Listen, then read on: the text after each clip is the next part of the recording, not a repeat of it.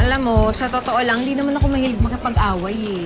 Yang Esther lang talaga na yan, sumusobra na. Eh dapat naman dyan sa mga gaya ni Esther, nilulugar talaga. Hindi porket nagtitinda siya sa palengke, no, isasabuhay na niya yung pagiging palengkera niya. At saka alam mo ba, parang mas matindi pa yung bula ng bibig nun kaysa sa paninda niyang isda. Ay naku, sinabi mo pa. Grabe, kakaloka sila. Ano talaga si Ted? Tingnan nyo na. Sayan nyo. Anong paguluhan meron dyan? May shooting ba? Tingnan lang pa, oh. Tingnan natin.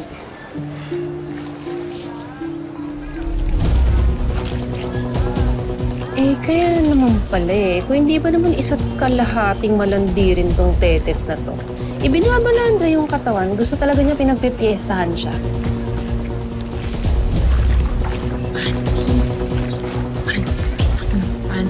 Eh, kaya naman, tingnan mo. Gustong-gusto naman itong mga bong na to.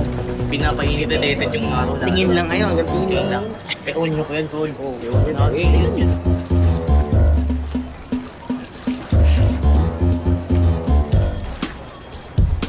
Ayan, mukha ka kasi niya. Hoy! Ginagawa niyo dyan, ha? Lumabas ka kayo! Ted! Ted! Baka pwedeng makahingi ako ng isa dyan. May pang souvenir ba? Manyak ka! Gusto mo souvenir? Black eye or yung gusto mo? Ha? Oo. Gusto lang, uy! Ayan, Mars! Ayan! Ano? Okay! Basta! Mga manyak kayo! Teka. Ano bang kaguluhan to? Paano? Yung mga manyak na yan, binobosohan si Tetet? Ha? Hindi yun yung ginalang si Tetet, ah! Huwag kang mag-alala, Tetet. Ako bahala sa'yo.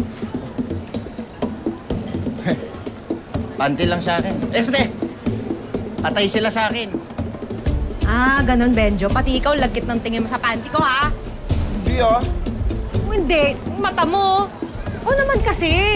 Kasalanan mo to eh. Kaya ako naglalaba dito sa labas kasi ipapaayos ko yung gripo sa loob. Ay naku, kung nandito lang si Lulong, sana sa kanya na lang humingi ng tulong. Sorry na. Hindi, sige na. Ito na nga eh. Saan ba? Bakit kasi ang nakatagal mo, ha? Ano ba nangyari dito?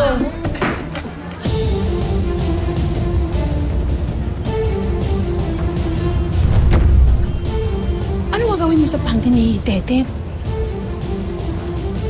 Meron pang nakalagay. Ito ang gagamitin natin para turuan ng leksyon niyang malandi na yan. Ay, hindi sana. Kapapagalitan baka mo kasi yung pinto. Halika.